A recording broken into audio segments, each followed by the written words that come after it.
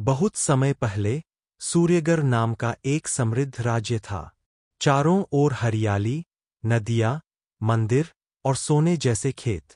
वहाँ के राजा का नाम था राजा वीर सिंह और उनकी पत्नी थी रानी चंद्रलेखा, रूप, बुद्धि और करुणा की प्रतिमूर्ति। राजा वीर सिंह कभी बहुत धर्मात्मा हुआ करते थे। वे प्रजा की सेवा को ही अपना धर्म मानते थे। लेकिन धीरे धीरे समय ने उन्हें बदल दिया। सत्ता के साथ आई चापलूसी, सोने का आकर्षण और रईसी की चाह ने उनके हृदय को कठोर बना दिया। राजा को लगा कि धन ही सब कुछ है, सम्मान, प्रेम और शक्ति। वे कहते थे, जिसके पास धन है वही सच्चा राजा है। धर्म और दया से राज्य नहीं चलता, खजाने से चलता है। रानी चंद्रलेखा उनसे बार बार कहतीं, महाराज, धन से सुख खरीदा जा सकता है, पर शांति नहीं। प्रजा का प्रेम ही सच्चा धन है। पर राजा पर लालच का भूत सवार था। एक व्यापारी का आगमन। एक दिन राज्य में एक दूर देश से व्यापारी आया, सेठ जयंतीलाल। उसके पास असंख्य मोती, सोने की ईंटें और हीरे थे। वह राजा से मिलने दरबार पहुंचा। सेठ ने झुककर कहा, महाराज, मेरे पास दुनिया की सबसे अनमोल वस्तु है, ऐसी जो किसी के पास नहीं। राजा की आंखें चमक उठीं। क्या है वह वस्तु? सेठ मुस्कुराया, धन का सागर, लेकिन उसके बदले मुझे कुछ ऐसा चाहिए जो दुनिया में सबसे सुंदर और दुर्लभ हो। राजा ने पूछा, जैसे क्या? सेठ ने बिना हिचक कह दिया, आपकी रानी। दरबार में सन्नाटा छा गया। सेनापति, मंत्री और सभी दरबारी कांप उठे। रानी उस समय सभा में नहीं थीं, पर यह बात हवा की तरह महल तक पहुंची। रानी का स्वाभिमान। जब रानी ने यह सुना तो उनका चेहरा लाल हो गया। उन्होंने शांत स्वर में कहा, एक रानी की इज्जत उसकी पहचान है। यदि कोई राजा उसे बेच दे तो वह राजा नहीं, व्यापारी कहलाएगा। उन्होंने यह बात एक दासी से कहलवाकर राजा तक पहुंचवाई। राजा को यह शब्द चुभ गए। रानी मुझे नीचा दिखाना चाहती है। वह भूल गई कि राज्य मेरा है और मैं उसका स्वामी हूं। लालच के साथ अब अहंकार ने भी घर कर लिया था। काले इरादों की रात। रात के सन्नाटे में राजा वीर सिंह ने सेठ को बुलाया। सेठ ने थैली से सोने के सिक्के निकाले। यह आधी रकम है, महाराज। बाकी जब रानी मेरे हवाले होगी। राजा के हाथ कांप गए, लेकिन उनकी आंखों में चमक थी। उन्होंने पैसे छूकर देखा, ठंडे, भारी, पर अजीब सी सिहरन देने वाले। सेठ ने कहा, आप चाहें तो इस धन से 100 महल बना सकते हैं। दुनिया आपकी पूजा करेगी। राजा मुस्कुराया, ठीक है, पर यह बात किसी को पता नहीं चलनी चाहिए। सेठ चला गया और राजा के भीतर का इंसान मरने लगा। रानी की प्रार्थना। उधर रानी चंद्रलेखा मंदिर में दीपक जला रही थीं। उन्होंने भगवान से कहा, हे प्रभु, यदि मेरे पति पथभ्रष्ट हो गए हैं तो उन्हें सही मार्ग दिखाना। यदि वे मेरा सौदा करेंगे तो मुझे वो शक्ति देना कि मैं उन्हें उनके कर्म का परिणाम दिखा सकूं। जैसे ही उन्होंने यह कहा, दीपक की लौ तेज हो गई, मानो भगवान ने उनकी प्रार्थना सुन ली हो। सुबह की सभा। अगले दिन राजा ने रानी को बुलवाया। रानी, राज्य के हित में मुझे तुम्हारा बलिदान चाहिए। रानी मुस्कुरा दीं। क्या राज्य का हित अब सोने के सिक्कों में तौला जाएगा, महाराज? राजा ने नजरें झुका लीं। तुम समझ नहीं रही, यह सौदा अस्थाई है। कुछ दिन के लिए तुम सेठ के महल में रहोगी, फिर मैं तुम्हें वापस ले आऊंगा। रानी ने कहा, राजा वीर सिंह, जिस दिन आपने मुझे वस्तु समझा, उसी दिन आपने अपना राजधर्म खो दिया। राजा ने कोई उत्तर नहीं दिया, बस पहरेदारों को संकेत किया। रानी का अपहरण। रात में सेठ के लोग आए। रानी को पालकी में बैठाया गया और महल से बाहर ले जाया गया। लेकिन यह कहानी यहीं खत्म नहीं होती, यहीं से शुरू होती है कर्म का खेल। रानी को लगा कि उनका अंत निकट है, पर उन्हें विश्वास था, धन की चाह इंसान को राक्षस बना देती है, लेकिन सत्य की शक्ति सबसे बड़ी है। रानी ने प्रण लिया कि वे इस अन्याय का अंत स्वयं करेंगी। रानी चंद्रलेखा को जिस पालकी में बिठाकर लाया गया था, वह रेशमी कपड़ों और मोतियों से सजी थी, पर भीतर अंधकार था। पालकी के बाहर पहरेदारों के चेहरे कठोर थे, मानो मानव नहीं, पत्थर हों। रात के तीसरे पहर जब पालकी रुकी, रानी ने सामने देखा एक भव्य महल, जिसकी दीवारें सोने की थीं, पर भीतर से ठंडी, निर्जीव और डरावनी। सेठ जयंतीलाल ने स्वागत किया। देवी समान रानी, आपका यह महल अब आपका घर है। जो चाहें, मिलेगा। रानी ने शांति से कहा। मेरा घर वहाँ है, जहाँ सम्मान है, सेठ। यह महल तुम्हारा हो सकता है, मेरा नहीं। सेठ मुस्कुराया। सम्मान? वह तो तब था जब राजा ने तुम्हें बेचने से इनकार किया होता। रानी ने कोई उत्तर नहीं दिया।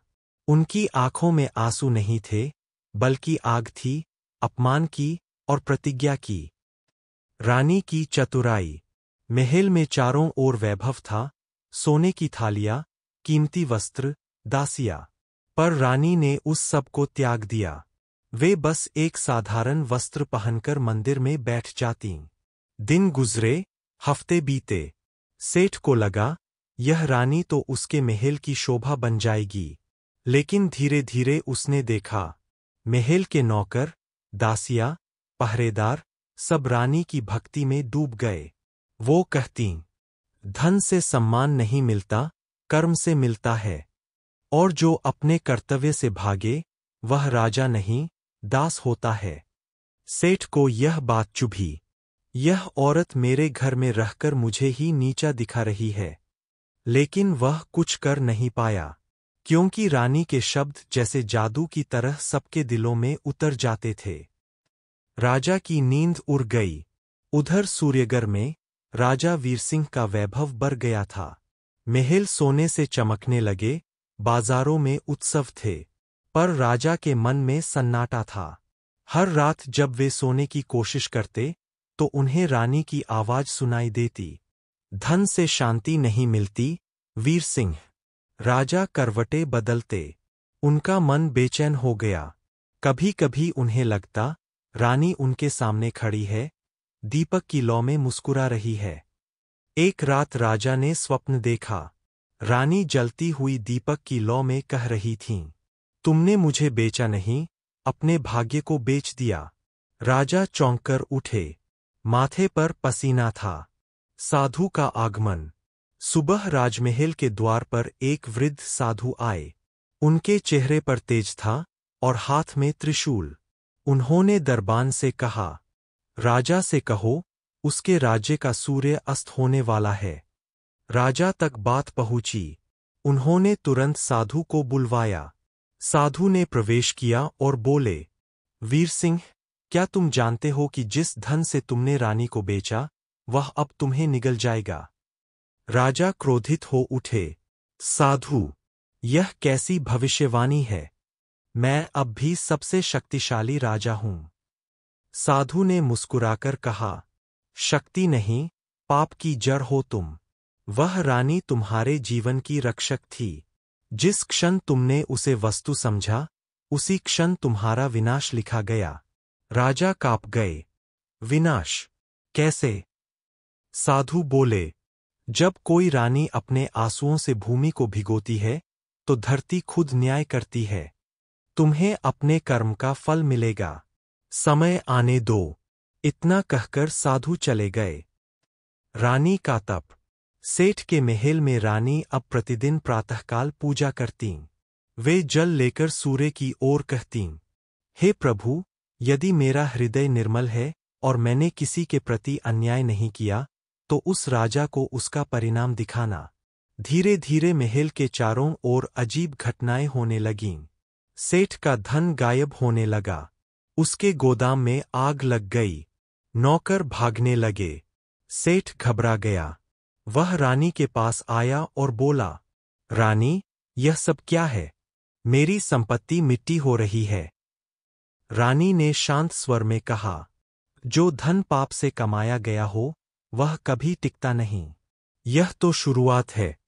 सेठ ने विनती की, मुझे माफ कर दो, मुझे धोखा हुआ। रानी ने कहा, मुझे नहीं, उस राजा को माफी मांगनी होगी जिसने मुझे वस्तु समझा। राजा का पतन। राजमहल में अब अंधकार छा गया था। सोने के महलों में चोरी होने लगी। राजकोष खाली हो गया। प्रजा विद्रोह करने लगी। एक रात राजा को संदेश मिला, सेठ जयंतीलाल तुम्हारे धन के साथ भाग गया। राजा की आंखें फटी रह गईं। उन्होंने दर्पण में खुद को देखा। सोने से सजा चेहरा, पर आत्मा मुरझाई हुई। क्या यही मेरा फल है? वे महल से निकल पड़े, बिना रथ, बिना सेना, बस एक मनुष्य की तरह, अपनी रानी को ढूंढने। 3 दिन की यात्रा के बाद राजा जंगलों से होते हुए एक छोटे से गांव पहुंचे। वहीं एक मंदिर था, जहां दीपक जल रहा था और कोई प्रार्थना कर रहा था। राजा ने जैसे ही भीतर झांका, वे ठिठक गए। वो रानी चंद्रलेखा थीं। उनकी आंखों में आंसू आ गए। वे घुटनों के बल गिर पड़े। रानी, मैंने अपराध किया, मुझे क्षमा कर दो। रानी ने आंसू पोंछे और बोलीं, राजा, मैंने तुम्हें नहीं छोड़ा था। तुम्हारे कर्मों ने तुम्हें मुझसे दूर किया था। रात गहरी थी। मंदिर के बाहर टिमटिमाते दीपक की रोशनी में राजा वीरसिंह की परछाई कांप रही थी। सामने रानी चंद्रलेखा शांत बैठी थीं। उनके चेहरे पर वैराग्य की झलक थी, पर आंखों में करुणा की गहराई। राजा बोले, रानी, मुझे क्षमा कर दो। मैंने तुम्हें वस्तु समझा, लेकिन अब समझ पाया कि तुम मेरी आत्मा थीं। धन के पीछे भागते हुए मैंने सब कुछ खो दिया।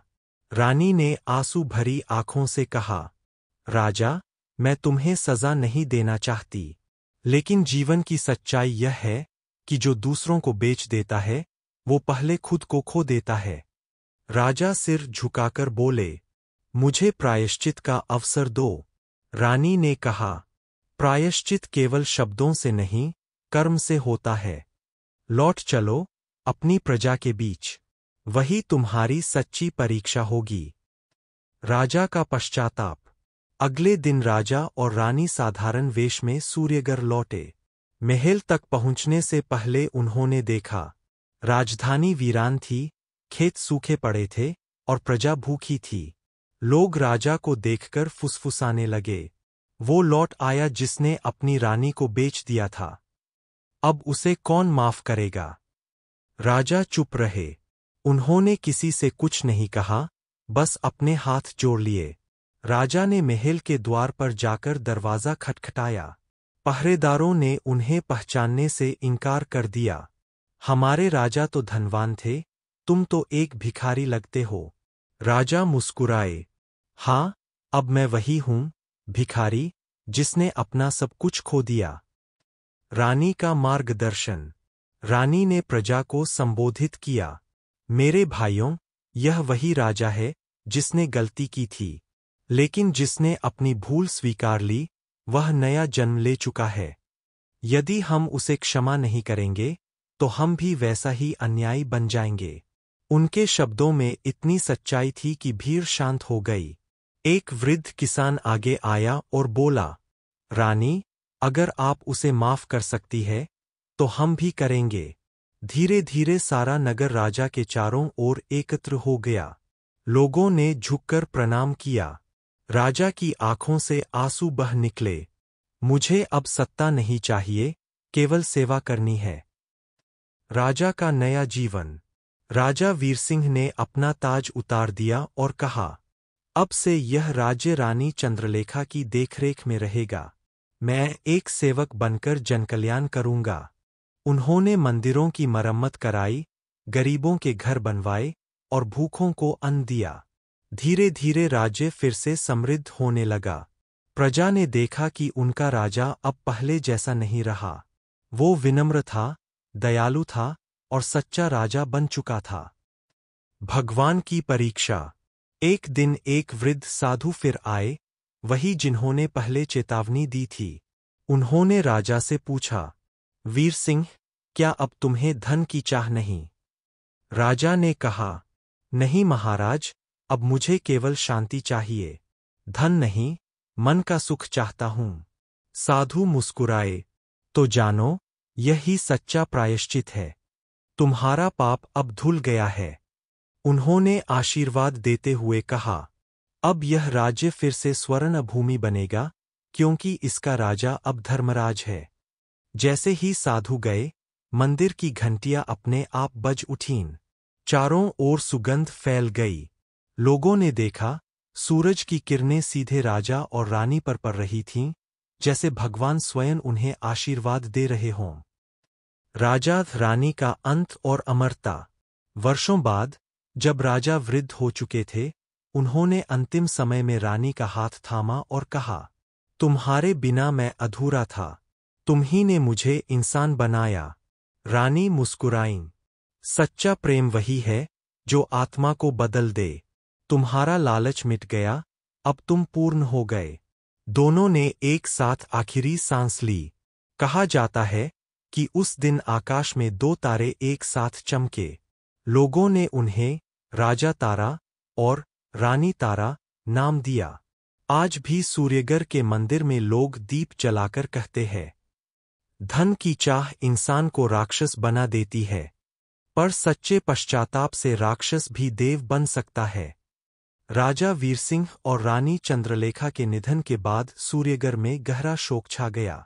लोगों की आंखों में आंसू थे, लेकिन हृदय में गर्व भी, क्योंकि उन्होंने ऐसे राजा रानी देखे थे जिन्होंने गलती की, पर उसे सुधारा भी। राज्य के विद्वान पंडित बोले, हर युग में कोई न कोई ऐसी कहानी जन्म लेती है, जो आने वाली पीढ़ियों को रास्ता दिखाती है। वीरसिंह और चंद्रलेखा की कथा भी वैसी ही होगी।